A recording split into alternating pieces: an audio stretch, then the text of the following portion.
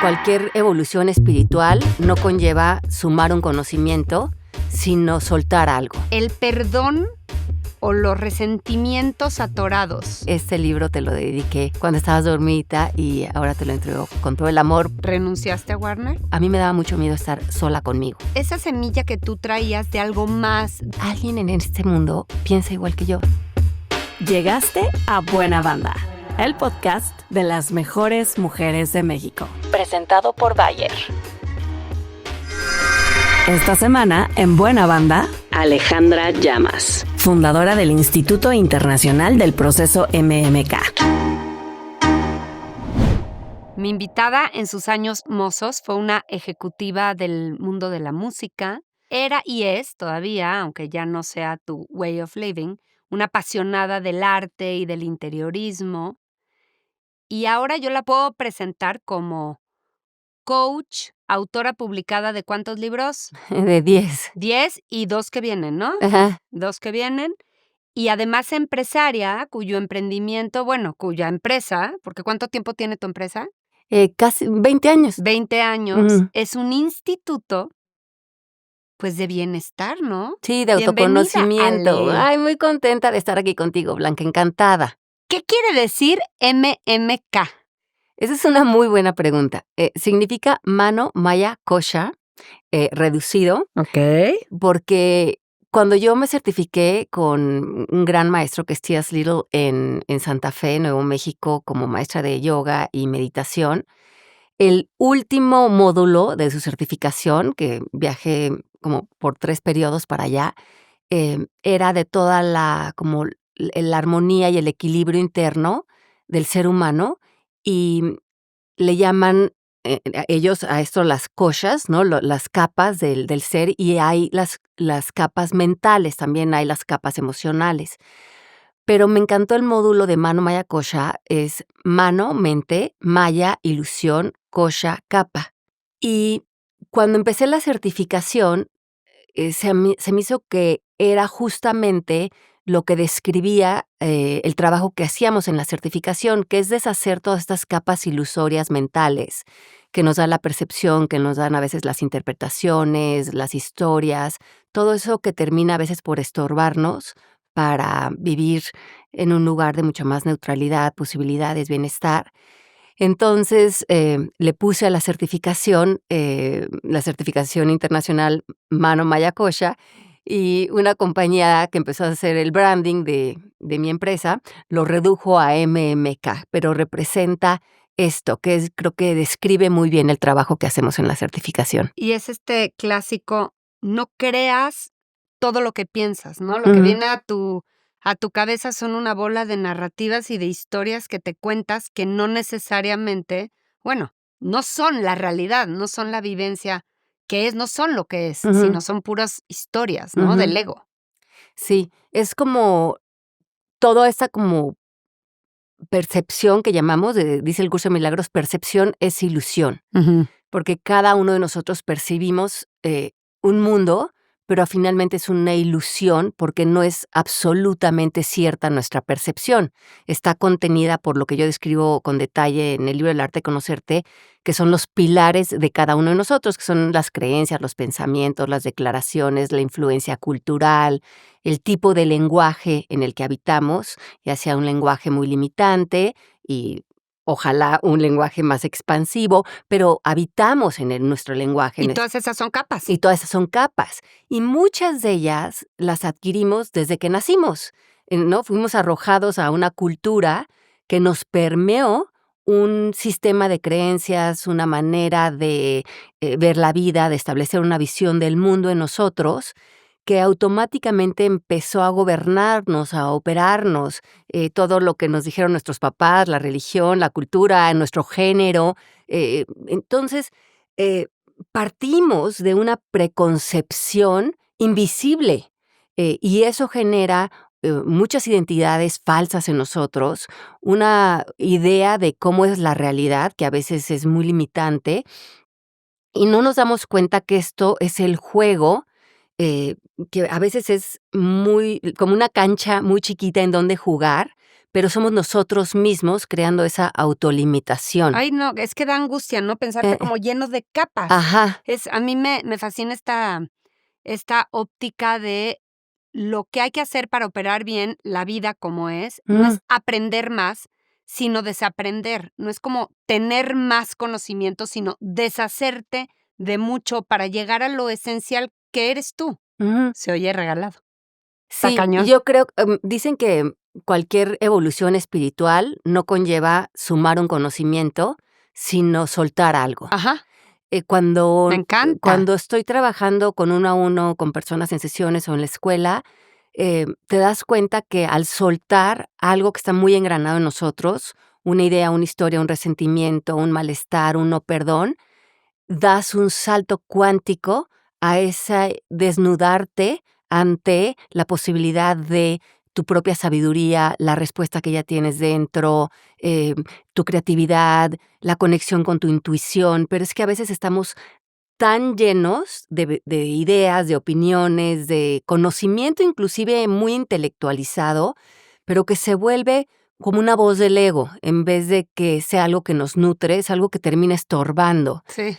Y es que suena como muy elevado todo eso dices, como cualquier evolución espiritual, pero finalmente la evolución o la inteligencia espiritual te hace operar una mejor vida del día a día, en todos los aspectos. Estar más completo y más puesto en ti hace que funciones mejor, ¿no? Ujú. Sí, sí, sí, es que yo creo que cuando hablamos de espiritualidad, simplemente nos estamos refiriendo a una capacidad de recepción de mucha más, comprensión, de mucho más amor, de mucha más apertura en ti como ser humano, una capacidad de cederle el paso a la vida, de encontrar la aceptación en lo que se nos presenta. Eso finalmente es lo que es un ser espiritual, es un ser que sabe que hay una vida profunda, más amplia de lo que no sé, le presentan sus 5 sentidos, ¿no? Sí, sí. Ujú, Oye, empecé preguntándote eso porque tú sabes que yo trabajé 5 años ujú, con las de baile ujú, en esta empresa que fundó Marta que se llama mm, MMKG. ajá, Y siempre es que es como muy parecida a Ale. Y además, en todos esos 5 años yo escuché hablar de ti, ajá. que tú eres muy amiga desde niñas de Eugenia de Baile, Sí, sí, a quien íntimas. Ajá, amamos. sí. Y te pongo a Eugenia ahorita en la mesa para que a través de Eugenia me cuentes, ustedes fueron amigas de niñas. ¿Tú piensas en Eugenia y qué piensas? ¿Cómo es tu relación con ella? ¿Cómo fue? Ujú. Constrúyete a partir de tu relación con Eugenia en esa infancia. Bueno, Eugenia la conocí en el Medici, yo estaba en el Junípero, que es una escuela, no sé, muy cerrada de monjas, y, yo tuve mucha dislexia de chiquita y, me costó mucho trabajo esa escuela. De entrada, porque siento que siempre he tenido como un alma medio rebelde, y me inspira mucho la gente que es feliz, y la gente que se siente realizada en su vida, pero que no te lo demuestra, sino te lo ves, lo Lo vive, contagia, lo ajá. contagia. Y desde chiquita yo veía a los maestros de esa escuela como muy amargados, eran violentos con nosotros. Entonces, yo como que me preguntaba de chiquita, ¿por qué les importará tanto que escriba yo la D y la B al revés y me hayan reprobado en preprimaria y me castiguen de esta manera, si no veo que son felices con saber esos conocimientos, ¿De qué ¿no? sirve la de derecha si no Exacto. da la Sí, felicidad? exacto. Y ese era mi razonamiento de chiquita, y logré que me corrieran de esa escuela en cuarto de primaria, y entré al Medici, y en quinto de primaria, y me molestaban los niñitos de la escuela, me hacían bullying y tal. Y me acuerdo que Eugenia un día, yo creo que dijo: "Vamos a salvar a la nueva que le hacen bullying", y vino ella y Vanessa, otra amiga muy querida, y me dijeron: "Tú júntate con nosotras para que te dejen de hacer bullying". Ajá. Y de ahí Eugenia y yo nos volvimos íntimas, 8 años, pasé muchísimo tiempo en casa de los de baile, con su mamá, su abuela, los 5 hermanos, con Marta, con todos, crecí prácticamente Una en diversión. casa de Eugenia, y también ella, pasaba mucho tiempo en mi casa, pero nos pasábamos como los fines de semana, ya sea o en su casa o en la mía, pero siempre estábamos juntas. Y me encantaba porque Eugenia desde chiquita era, que nos pusiéramos las mascarillas en la Ajá. cara, los tratamientos en el pelo. Entonces yo decía: "Traes the beauty effect desde Sí, niñitas", sí, sí, sí. ya me contagiaba eso. Y, seguimos siempre siendo muy, muy cercanas hasta la fecha. Cuando Eugenia tuvo su episodio de su crisis de salud, yo hablaba todas las mañanas, puntualmente a las 11 de la mañana con Sergio, que también su esposo, que es amigo mío también desde la infancia. Y, en ese momento yo estaba escribiendo el libro de Esencia de Líder, y ese libro, si lo leen, si lo tienen en sus manos, van a ver que está dedicado a Eugenia. Y Eugenia Fíjate. estaba en coma en ese momento. Y yo me acuerdo que ese día, en uno de esos días, yo terminé el libro y le escribí a Sergio y le dije: "Acabo de terminar mi libro de Esencia de Líder, y Eugenia, así como la ves, que es muy dulce y muy cariñosa, pero tiene un alma de líder". Y le dije: "Y este libro se lo voy a dedicar a Eugenia, y Eugenia va a salir de ese coma y lo va a leer". Y me encantó el día que, pudimos ya ir a cenar, ella muy muy reciente, salida del hospital. Todavía frágil, como Todavía muy, estaba al muy principio. frágil al principio, pero nos fuimos a cenar los 3 y le llevé el libro y le dije: Ay. "Este libro te lo dediqué cuando estabas dormidita y ahora te lo entrego con todo ¡Ay, el qué amor", linda porque sabía historia! que te lo podía entregar en las manos. Siempre lo imaginé que te lo iba a entregar y fue divino, y nos abrazamos y lloramos y fue superlindo. Qué divina historia. Ujú, Amamos a Eugenia. ujú, Y por supuesto que qué fuerte es, ¿verdad? Qué espíritu tan fuerte es, ujú, porque es dulce y es linda, ujú. dispuesta a la felicidad, Sí. no como tus anteriores educadores que contabas, pero es fuerte, un Ujú. espíritu bien, bien fuerte. El cuidado de la salud de las mujeres es esencial en cada etapa de la vida, desde la adolescencia hasta la menopausia. Al buscar las mejores alternativas para sentirnos bien con nosotras mismas, es fundamental poder hablar abiertamente sobre nuestras preocupaciones y contar con información clara sobre las alternativas que hay. Así, tomamos mejores decisiones, tenemos un mayor control sobre nuestro bienestar y podemos disfrutar de una vida plena. Bayer nos acompaña a nosotras las mujeres en cada etapa, con tratamientos, soluciones y herramientas para que seamos protagonistas de nuestro propio futuro. Y ahora quiero que me cuentes de otro de nuestros afectos comunes y ahí que me cuentes un poco de ti en tu núcleo familiar, que es Moni Cervantes, Ujú. otra amiga nuestra. Moni fue parte de tu familia, después tu amiga. ¿Cómo creces? ¿Cómo fuiste tú, tu historia familiar? Ajá. Bueno, mis papás se divorciaron cuando yo justamente estaba en el Junípero, que, Ujú. en ese momento era como muy raro que los papás se divorciaran. Mi mamá, es americana, Ujú. entonces ella tiene como otra mentalidad, otra visión. Mi mamá es psicóloga, es terapeuta familiar, tiene maestrías, doctorados, es una mujer muy preparada. Hija de abuela filósofa, Ajá, mi wow. mi abuela estudió en Stanford filosofía y Fíjate. letras, sí, y mi abuela se vino a México a los 22 años porque se enamoró de un guapo de Culiacán, y Bien. y se vinieron a vivir a México, y mi abuela, le encantó México, se enamoró de México, se murió a los 101 años, Wow. mi abuela, y todavía hablaba con acento, Qué divina, pero maravilla. cuando yo escribí El arte de conocerte, mi abuela lo leyó y le encantó. Y me dijo: "Me encanta esta manera de entender la vida".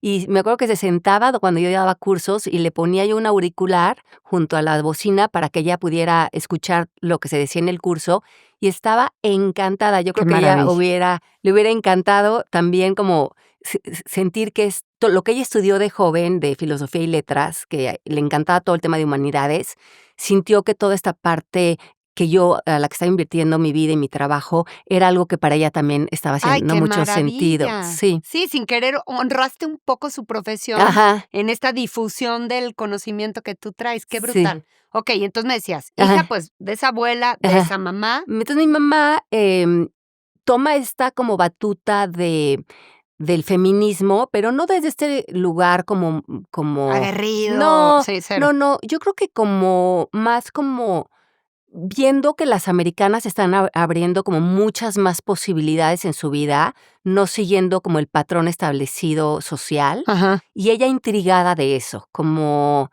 a lo mejor hay más para mí que nada más como esta idea de casarme, tener hijos y quedarme en una idea más chiquita. Entonces, se divorcia de mi papá cuando yo tengo 4 años Guau. y, pues, mis 2 papás eran muy bien parecidos. Entonces, los 2 tenían mucho pegue y tenían, pues, 30 y tantos años, jovencitos, y yo creo que con muchas ganas de rock and rollear por la vida.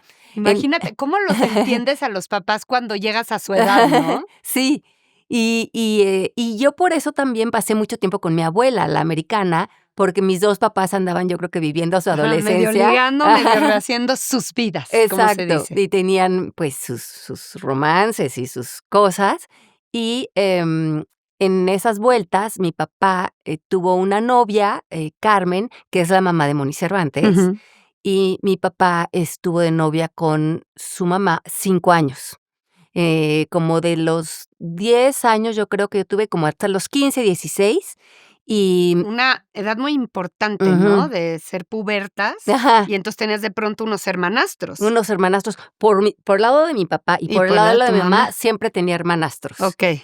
Y era muy interesante porque, con el lado de mi papá era toda una dinámica familiar según la pareja que estuviera en ese momento y cómo hermanábamos o no con los hijos, y del lado de mi mamá también.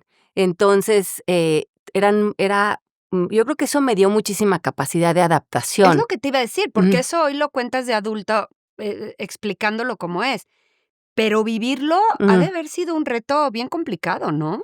Pues sí, sobre todo porque a veces había, mm, mm, pues, conflictos Claro.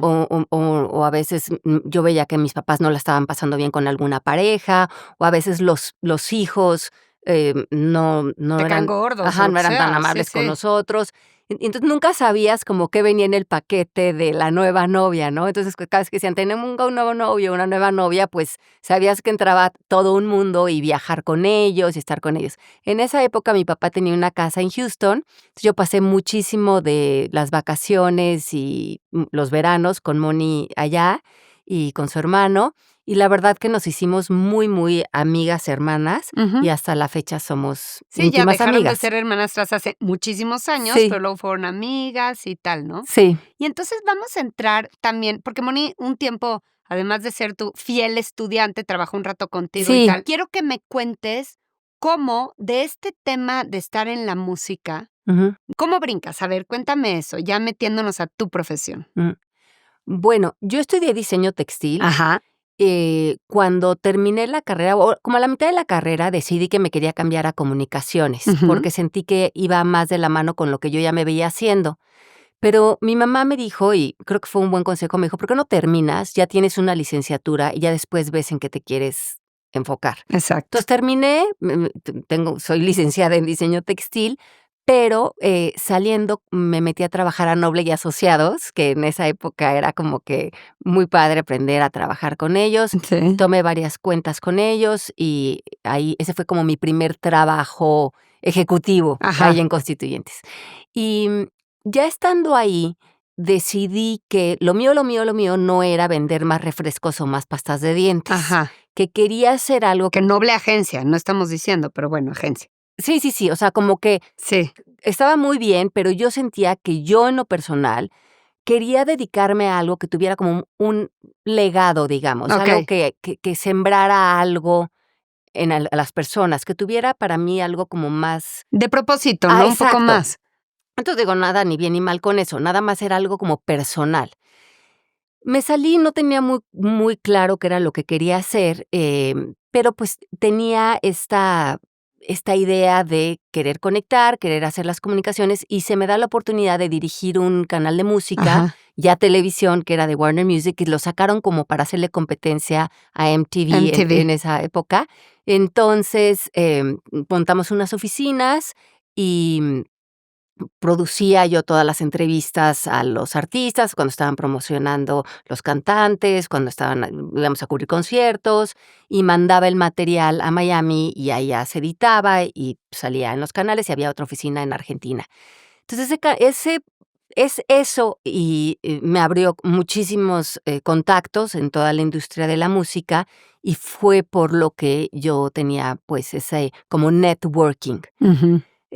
Después me salí y decidí que quería como regresar a la parte del arte y de los interiores, y abrí una tienda en La Condesa, que empezaba como a ponerse de moda en Ajá. esa época, y ahí fue cuando me casé con Aureo, me fui a vivir, nos fuimos a vivir a la Condesa, a la calle Campeche, y en Ámsterdam, con Michel Roskin, que es este arquitecto Pura sí, celebridad. que ahora ya es, pero en esa época acabamos de salir todos de la Ajá. universidad, y le dije a Michel, ¿por qué O no? sea, Michel no era el arquitecto No, que es, no, era no. más bien de Alex Sintek y la gente Claro, normal. y yo lo conocía porque Por la música. por Aureo, porque era muy amigo de él, y él empezaba sus pininos, y le dije, ¿por qué no me ayudas a hacer toda el interior y toda la fachada y todo de la tienda, que quiero que sea de diseño? Y mi idea con esa tienda era que todos mis amigos que había conocido en la universidad, que estaban haciendo joyería o muebles o percheros o lámparas, tuvieran un showroom en donde vender sus Era como un cosas. colectivo. Era como el primer colectivo Ajá. de diseño que hubo en México, y le quedó divina la tienda a Michel. Tuvimos esta gran fiesta de inauguración y estuvo muy lindo porque me hicieron reportajes en El Decor, en Côte Nast, como que era este primer concepto de Ajá. una tienda de diseño que no había ninguna en México. Y la tuve un par de años hasta que Rosa me toca la puerta, que Rosa Lagarrigue de RLM, que era la manager de Miguel Bosé y Alejandro Sanz y de La Unión y Mecano, una mujer que hasta la fecha tengo una relación muy cercana con ella, la quiero muchísimo, la admiro muchísimo, y ella tiene sus oficinas hasta la fecha en Madrid y quería abrir unas oficinas en Miami, y como sabía que yo conocía a la gente de la industria de la música, me ofrece ir a dirigir sus oficinas de O sea, tú Miami. eras ya treintañera, Ahí yo tenía 28 años. muy joven y Ajá. estabas ya muy activa. Sí. Y como con mucha relevancia, ¿no? En ese mundo de la música que eras, digo, siempre ha seguido siendo muy sexy todo lo de los artistas y la música, pero en ese momento las disqueras, los canales de videos eran guau, ¿no? Sí, era increíble. Y te vas a Miami y estás un rato allá. ¿Cuánto tiempo estuviste más en música? Bueno, con ella estuve 2 años. Ujú. Después, en ese tiempo coincidió que murió mi papá y yo ahí tenía así como 28 años, y ahí es cuando me viene querer hacer como un replanteamiento, otra vez me viene como idea de quiero hacer algo que sea como más significativo para mí. O sea, ¿Ya te habías casado, divorciado? me había divorciado de Aureo, me fui sola a Miami a Ajá. vivir, por este trabajo con Rosa. Sonará como que me interesó irme por los artistas, pero en realidad yo en esa época que tenía 28 años, yo creo que Rosa tendría como 43, era la manager más importante de todo Iberoamérica. Hombre. Era una mujer, y sigue siendo una mujer brillante, y a mí me pareció en ese momento que trabajar con ella y tenerla a ella como mentora era algo que para mí era fundamental. ¿Y no te equivocaste? No, aprendí muchísimo de ella y hasta la fecha. Entonces, a veces me decían, qué padre trabajar con estos artistas. Yo le digo, no, para mí lo más increíble Es trabajar con es ella. trabajar con Qué ella. padre. Ajá. Pero entonces tú tenías eso que hoy le pones un nombre perfecto y arrancamos el podcast bien profundas, Ajá. pero que era esa semilla que tú traías de Ujú. algo más, de una búsqueda como de todavía más trascendencia, más relevancia, y te empezó a quedar corto lo de la música ya, para ti. Sí, porque, a ver, sí, he trabajado desde muy joven, siento que tengo muy buena ética de trabajo, soy muy organizada, muy profesional, siento que soy muy buena para dirigir equipos, pero todo lo hacía, Blanca, con mucha angustia, eh, con muchas cosas como irresueltas, como poniendo las cosas como debajo del tapete, como ya tendré tiempo para digerir que se murió mi papá, o que me divorcié, o que viví esto en la infancia, o que y yo creo que eso me estaba alcanzando. Y, cuando pasan unos meses y reaparece Genaro en mi vida, porque Genaro había sido mi novio cuando éramos jóvenes, cuando yo estudiaba en la Ibero. Genaro, el actual marido, Ajá, hace 25 años. y padre de tus hijos. Sí. Exacto. Él, habíamos sido novios de jovencitos a los 22. Qué padre. Y él cuando se entera que me divorcio, que me divorcio, que me voy a vivir a Miami, él se había ido a vivir a San Diego y había abierto allá un restaurante, decide vender su restaurante y ver si existe la posibilidad de que otra vez volvamos, pero yo tenía 5 o 6 años de no verlo. Entonces, como que fue, pues le dije, pues si quieres vente, pero no sé qué No va. respondo. Ajá, y además yo estaba pasando por muchos procesos emocionales, entonces sentía que estaba viviendo lo de mi papá, adaptándome a un nuevo país, adaptándome a una nueva cultura de trabajo, que no nada más era la americana, sino era también la española, y entendiendo el modus de trabajo que era diferente a lo que yo había aprendido en México, son culturas diferentes de trabajo. Y y también al mismo tiempo adaptándome a las personalidades de los artistas. Llega Genaro. Sí, llega Genaro, empezamos una relación y, con la muerte de mi papá y todo esto se mueven muchas cosas, y después Genaro me pide que me case con él, pero yo le digo: "Es que yo ahorita no sé, espera, como Espera. que sí, déjame ver y vamos a ver cómo se van acomodando las cosas". Y, yo sigo en este trabajo. Gena, además, en ese momento se viene a Miami, pero como vende sus cosas y liquida todo y algunas deudas que tenía, como que se viene sin dinero. Entonces me dice: "Oye, y by the way, necesito que me mantengas un tiempo porque no tengo dinero". Y yo: "Bueno, entonces vamos a hacer un trato, me ayudas con la casa porque yo ando trabajando y viajo muchísimo y te puedo dar, Me caes como puedes anillo ser al mi dedo. roomie y preparas de cenar y nos abres una chela cuando termine de trabajar". Entonces, ese fue el arreglo. ¡Qué padre! Sí. Entonces, les da risa a mis hijos que luego, lo mantuve ahí como 2 años ajena, pero le digo: "No, pero yo valoro su trabajo que él hacía en el hogar porque era muy bueno y muy eficiente". ¡Qué genial, qué Entonces, genial! no, muy bien, y ya a final del año 2000, nos casamos Genaro y yo aquí en México, y nos quedamos viviendo en Miami. Él empezó una empresa allá, y yo decidí, bueno, nacen mis hijos, tengo 2 hijos, Hannah y Patricio, que ahora ¿Qué tienen años? ahorita tienen 22 y 23. Ya, es que ya pasó mucho tiempo y qué Sí, rápido. sí, ellos ya se graduaron de la universidad, ya los 2. Y cuando nacen mis hijos, entramos en un momento dado, Gena y yo, en una crisis como de una bola de cosas y de lana y tal, y me ofrecen un trabajo en Warner Music, como tenían un cierre de año muy complicado y como yo conocía muy bien la industria, me piden si puedo entrar aunque sea 2 meses como ayudarles a cerrar el año. Y Gena me dijo: "Sí entra", porque me ofrecieron como un buen sueldo, y dije: "Bueno, pues sí, ahora sí que por la lana me voy a meter". Porque eso toca. Ajá. Entonces me metí a trabajar y me pasó que los niños en ese momento tenían como 2 y 3 años. Entonces yo entraba a trabajar muy temprano el lunes y regresaba a mi casa el viernes a la hora que podía empezar a ver a mis hijos y a veces hasta el sábado. Entonces a veces me pasaba toda la semana sin verlos porque cuando yo regresaba de trabajar y eran 10:30, 11 de la noche, que en ese momento la industria de la música era te absorbía muchísimo, era planear todos los Grammys, hacer no había horarios. Y a mí me empezó a dar mucha tristeza porque extrañaba muchísimo a mis hijos. Y me acuerdo que en esa época tuve una amiga, bueno, la tengo todavía, que se llama Paulina Carrás, que es una compositora muy, muy famosa, y ella, un día me invitó a cenar en Miami y me regaló un libro. Ella fue esposa de Memo Méndez Guiú y hacían muchísimas de las canciones de Timbiriche y todo eso. ¡Claro! Y Paulina es muy, muy sensible, divina, y me invita a cenar en Miami y me regala un libro de una autora que se llama Sonia Choquet, que se llamaba Your Psychic Pathway. Y yo dije: "Ay, qué raro, de psíquicos". Y yo dije: "Ay, como que, ay, pues que", digo, lo voy a leer. Gracias. Lo leí y Blanca, yo sentí que yo hubiera podido haber escrito ese libro. Yo dije: "Alguien en este mundo piensa igual que yo", o sea, como que tiene un mundo interno muy parecido al mío, que siempre se me había hecho como muy ajeno a mi mundo interno, a lo que se ve como en la lógica y lo pautado afuera. De ahí me leí todos los libros de ella y decidí ir a conocerla, y me fui a tomar un curso con ella a Chicago. Y cuando estaba allá, me dijeron que si no me quería hacer como una lectura con ella. Y yo dije: "No creo que ese sea como mucho, como tanto mi estilo", porque sí, como que también soy muy como medio escéptica de esas cosas, pero ella me impresionó tanto en el curso que decidí hacerme la lectura. Y justo cayó la lectura cuando yo estaba en Warner Music.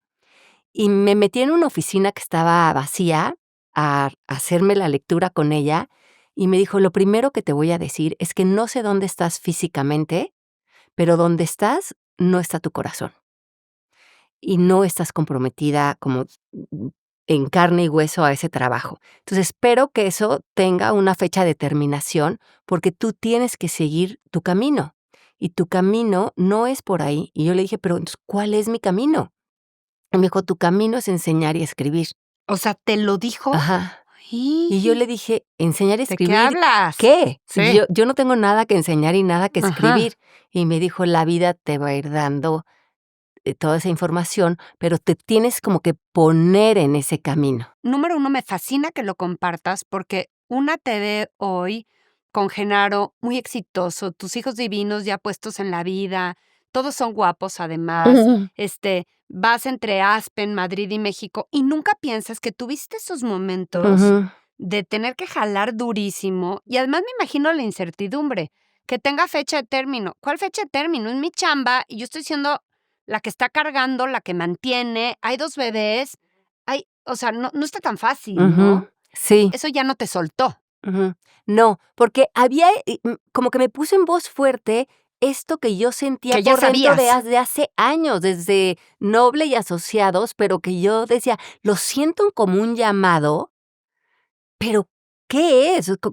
¿Cómo esto se traduce en mi Ajá. vida? ¿Cómo qué es lo que voy a enseñar?". Pero luego armaste una vida y una profesión y un way of living y Ujú, una cosa brutal. ujú, ¿Cómo das de ahí a hacerte primero yogi, ¿no? ujú, Primero yoga, meditación, luego coach, luego fundar? ujú.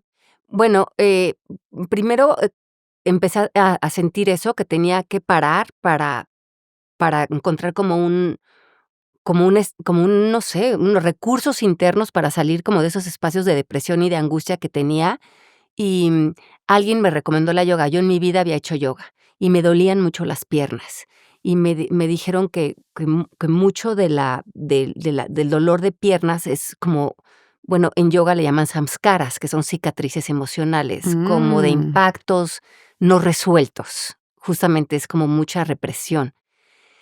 Y conocí a un yogi en Miami y le dije: "Es que no aguanto el dolor de las piernas". Me dijo: Todo es emocional, todo lo guardas en las piernas".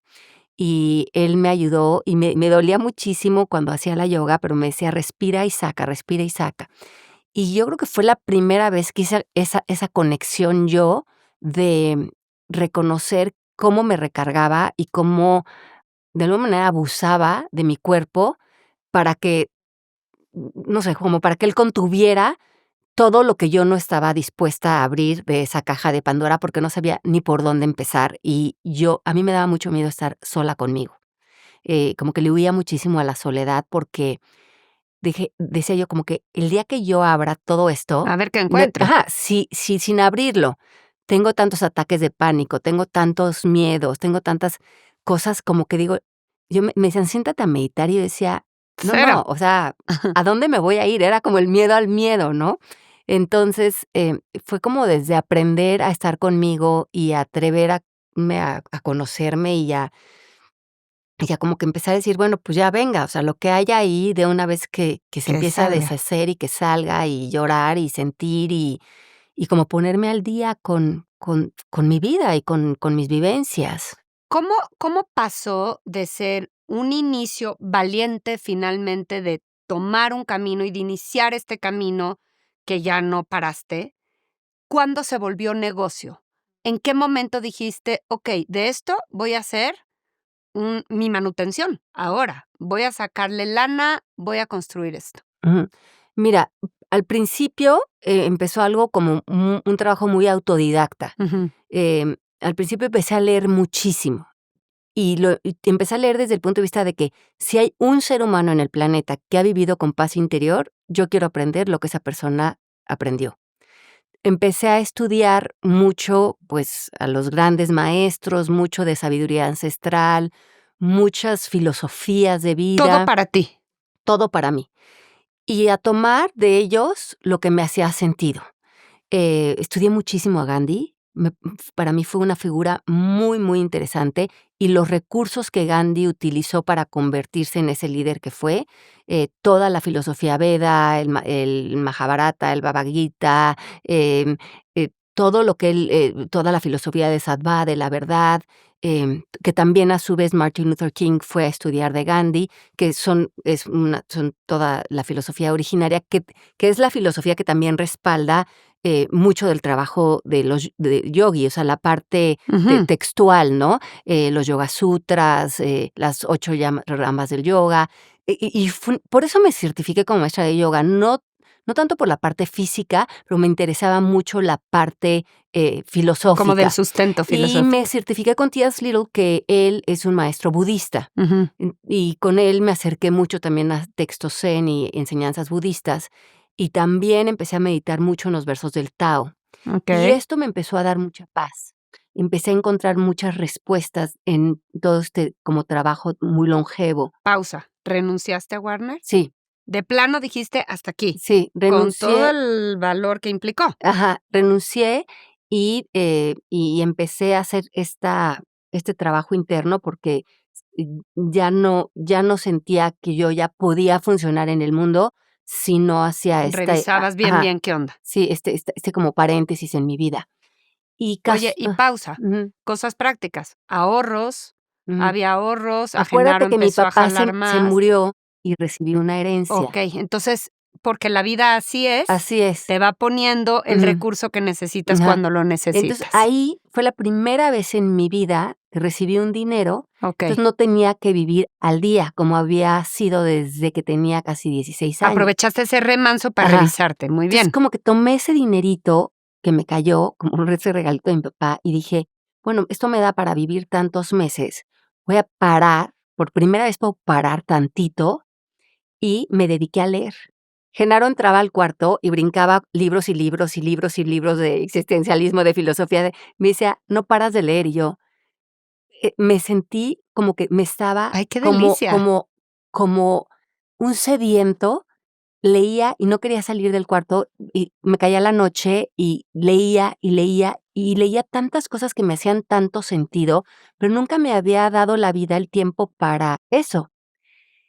Y empecé realmente a sentir un cambio en mí, empecé a tener una relación diferente conmigo, empecé a utilizarme a mí como recurso, empecé a abrir espacios de silencio, empecé a darme cuenta que había un lugar en mí donde había respuestas, empecé como a confiar en que yo no nada más este lugar de muchos miedos, también era un lugar de bienestar. Y una amiga me dijo: "Oye, tengo otra amiga que no la está pasando muy bien. Yo veo que este trabajo que tú has hecho, todo lo que tú has aprendido, le podría beneficiar a ella. No sé si la pudieras trabajar con ella". Yo le dije: "Pues es que yo la verdad como que así como que trabajar con ella no siento que tengo así las herramientas". Y me dijo le dije: "Bueno, pues si quiere que venga el lunes y le enseño un poco, le hago como un resumen Lo de que yo estoy lo aprendiendo. que yo he aprendido en todo este tiempo y lo que me ha hecho sentido y tal". Entonces me dijo: "Oye, si viene ella, ¿puedo venir yo también?". Y le dije: "Sí". Para hacerte el cuento corto, esto eran unas reuniones que se hacían todos los lunes en mi casa. Yo les preparaba unas guías que trabajábamos en ellas, de todo este conocimiento, un poco autodidacta hasta ese momento, hasta que de repente eran 40, 50 mujeres en mi casa todos los lunes. Puede venir mi tía y puede venir la abuelita, y ahí la respuesta es: no les cobraba. Claro. Hasta que alguien me dice: "¿Por qué no empiezas a cobrar por esto?". Y yo le digo: "No, porque yo no tengo estos conocimientos, yo nada más Ajá. les comparto lo que yo innatamente aprendo". Y ahí descubrí que tenía un don para enseñar, que también, tenía este don de entender cosas complejas, como sintetizarlas, explicarlas y que las pudieran aterrizar ellas en temas que estaban viviendo, o que tenía esta como habilidad de mover a la gente del lugar. Y ahí mi mamá me dice: "Oye, parece que acaba de salir esta nueva carrera que se llama coaching ontológico", porque mi mamá y mi hermana son psicólogas, y no era el camino que yo quería hacer, ni para bien ni para mal, pero no era como que no sentía que era para mí. Sí. Me metí a estudiar de esta escuela, estaba en Minneapolis y empezaba una certificación al mes, me metí y al mismo tiempo, entonces, también decidí hacer la certificación con Qué tías de bien. yoga y meditación y como que tejí estos 2 conocimientos al mismo tiempo, y ahí fue cuando regresé, de mi última certificación, que decidí abrir un centro de yoga y de coaching en Miami, y abrí las puertas de este centro que tenía 3 salones y hacíamos yoga, meditación, teníamos una tienda, un salón de té, y abro este centro y lo tengo por 3 años en Miami hasta que viene, la crisis del 2008 y, lo cierro. Cuando lo cerré, yo en la noche estaba escribiendo lo que se convierte en mi primer libro, pero era un libro que me estaba escribiendo a mí, de cómo podía casar las ideas del coaching ontológico con el Tao Te Ching.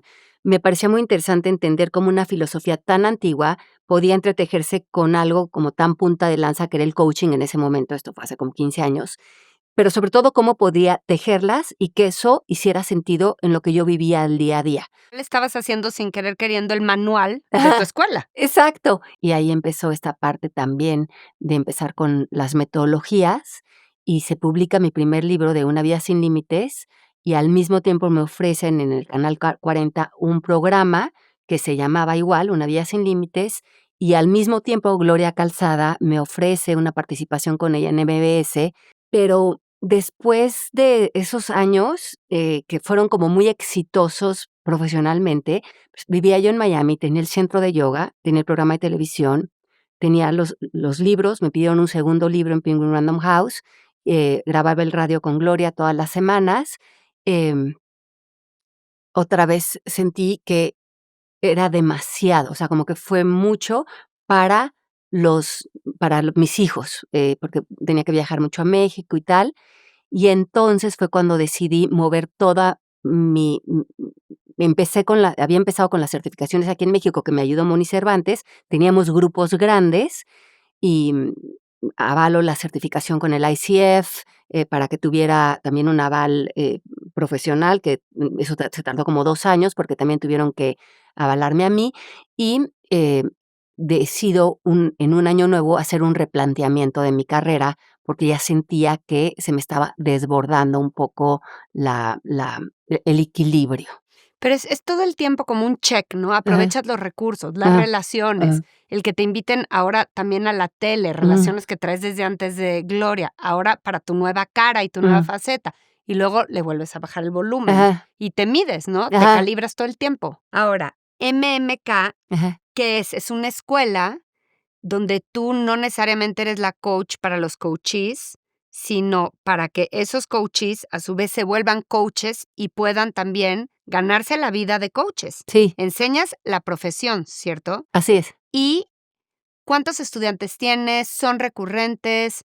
O sea, no hay un lugar físico, sino que lo das en diferentes lugares. ¿Cómo es Ajá. la dinámica de tu escuela? Bueno, tenemos una plataforma online hace Ujú. muchísimos años, que justo la inicié cuando renuncié a la tele y al radio y a todo esto. Inicié la plataforma online con el fin de enseñar en mi casa y no tener que viajar tanto. Siempre hemos hecho como intensivos de la escuela en diferentes lugares del mundo. He viajado mucho con la escuela, Presencial. O sea, tu presencial. base es virtual, Ajá. pero tienes como tus Ajá. happenings Hacemos presenciales. apariciones en Guatemala, en Colombia, en Madrid, en muchos lugares de Estados Unidos, y hacemos intensivos de la escuela, ya sea como para iniciar la certificación o a veces nada más para reforzar, hacer como boosters para la gente que se está certificando. Okey, Em, y eso le encanta a la gente, porque además claro. ya es una comunidad muy grande. Normalmente tenemos todo el tiempo alrededor de 300 a 400 estudiantes en la escuela, en todo el mundo.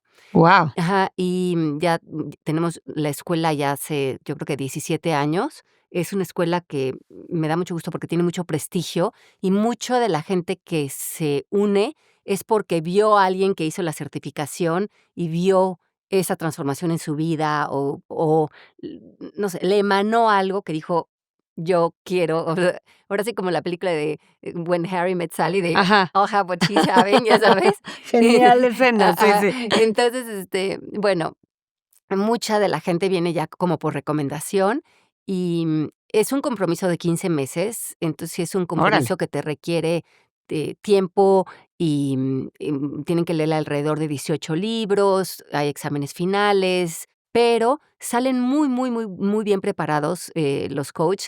Diego Barraza siempre me dice: "No entiendo tu modelo de negocio porque tú preparas a tu competencia". O Ajá, sea, les enseñas todo lo que tú sabes, todo ajá. lo que tú has aprendido, y los empapas para que luego salgan al mundo y hagan exactamente lo mismo que tú Y haces. te compitan. Y te compitan. Igual en mis libros, enseño todo prácticamente y doy todos los recursos que también hay en mi escuela. Yo veo la vida profesional de una manera a lo mejor un poco diferente. Yo veo mi vida profesional como un legado. Que sí, claro, obviamente es un negocio y pago la nómina de todas las gentes que trabajan conmigo. Y les cobras a cada uno de los que van a tomar su Exacto, clase, claro. y siempre estamos actualizando la plataforma, hay un gran nivel de excelencia en el trabajo que hago, porque siempre me ha gustado trabajar así, pero, yo no creo en la competencia, o sea, no sé muy bien qué hagan otras escuelas o qué hagan otras personas parecidas a mi trabajo. Yo trabajo muy intuitivamente y muy Es que más bien como que no te importa, es que no, la verdad no. ni la revisas. No sé, yo hago esto por todo lo que a mí me da de regreso, le tengo un profundo agradecimiento y respeto a mi profesión.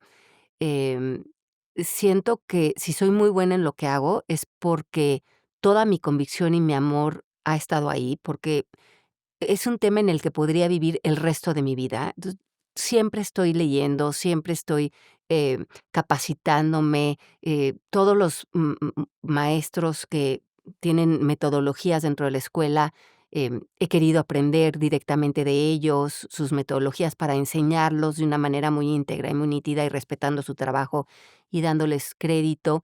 Entonces, me encanta, veo como que esa transparencia y esa integridad que hay en mi trabajo la reciben mis alumnos.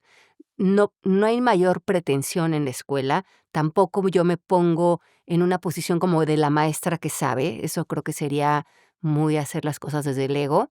Yo creo que maestro y alumno son siempre lo mismo y siempre les agradezco a mis alumnos que me den la oportunidad de enseñarles lo que he aprendido porque me dan la oportunidad de seguir teniendo este tipo de conversaciones que me alimentan también tanto a mí. Entonces, todos los lunes doy clases en la escuela y cada vez que termina la clase, que dura como hora y media, les agradezco a ellos que, pues, que me den la oportunidad de seguir en este trabajo y seguir siendo congruente con él, ¿no? Ahora, tú creas, digamos, tienes un plan estratégico en el año, te creas un budget y dices, el año que entra quiero ganar tanto más de lo que gané este año, o quiero abrir esta vertical, o cómo es tu proceso creativo de expandir tu negocio. Ujú. Porque has seguido creciendo. Y Sí. luego deriva en otro libro, y luego el libro en un podcast, y luego el podcast en otra clase, y ¿no? Ujú. ¿O No, no? ¿O no, es? no trabajo así.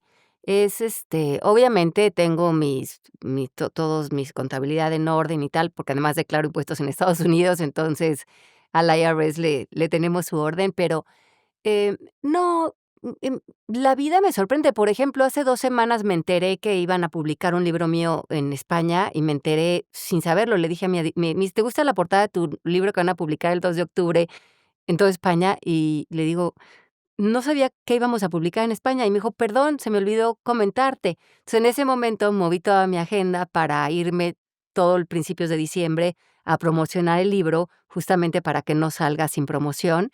Entonces ya les agradecí y tal, pero siento que, el mismo trabajo y la misma como amor y la misma integridad que hay en mi trabajo, hace que el mismo trabajo tenga su propia vida y que yo sea un acompañante de a dónde me va llevando ahora, mi trabajo y las oportunidades que ahora mi trabajo me abren. Entonces, trato de no, yo dirigirlo como analíticamente, porque creo que el mismo trabajo ahora me sorprende y me lleva a lugares, a conferencias, a espacios que ni siquiera yo me hubiera imaginado.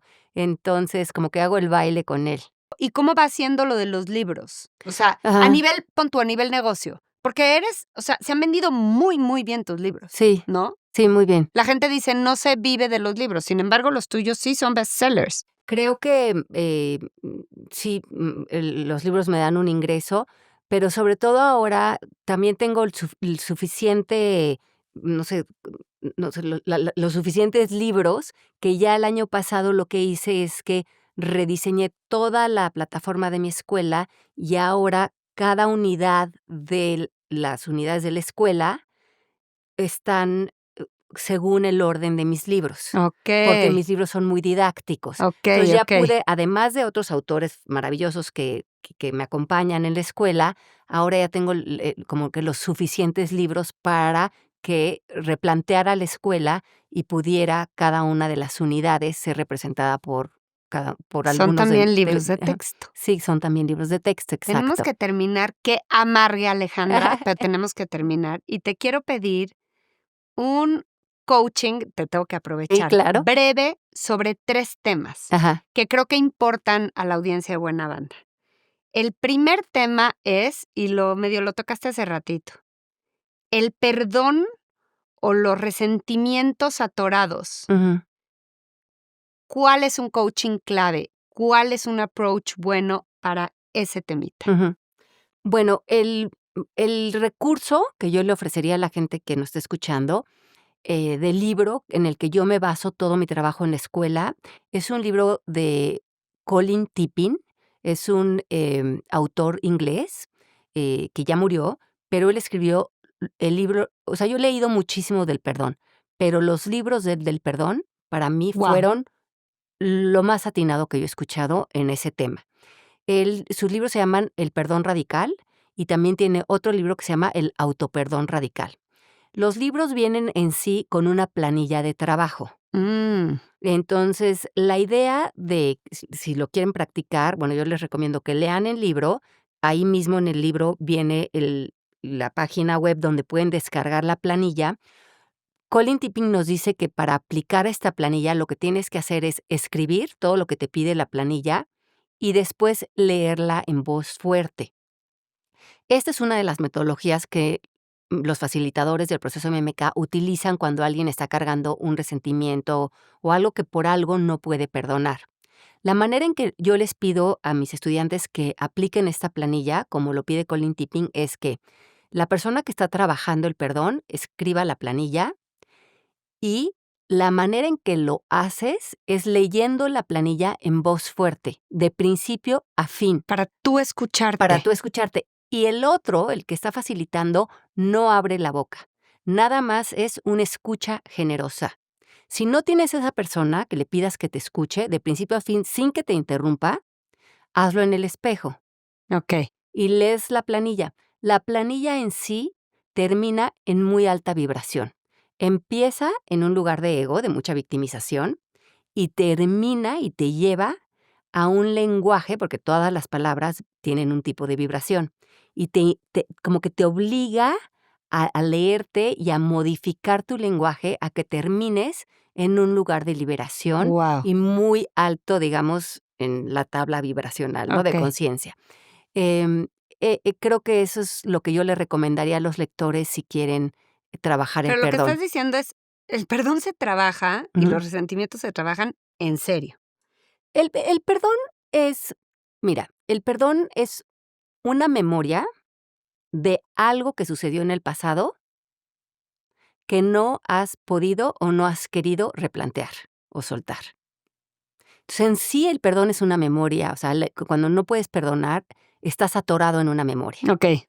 Y eso es más fácil de concebirlo así, porque es una memoria, es algo que está dentro de ti. Okey. Entonces, no es algo que existe allá afuera, es algo que ya pasó, que hoy vive como una memoria en la que por alguna razón tú estás insistiendo. Sí, como dándole vida cuando ya ni vida Ajá, tiene, ¿no? exacto.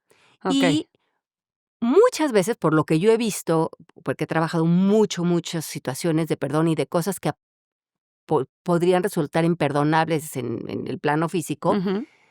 el ingrediente número uno del perdón es querer perdonar, o sea, es querer tener la voluntad de hacerlo.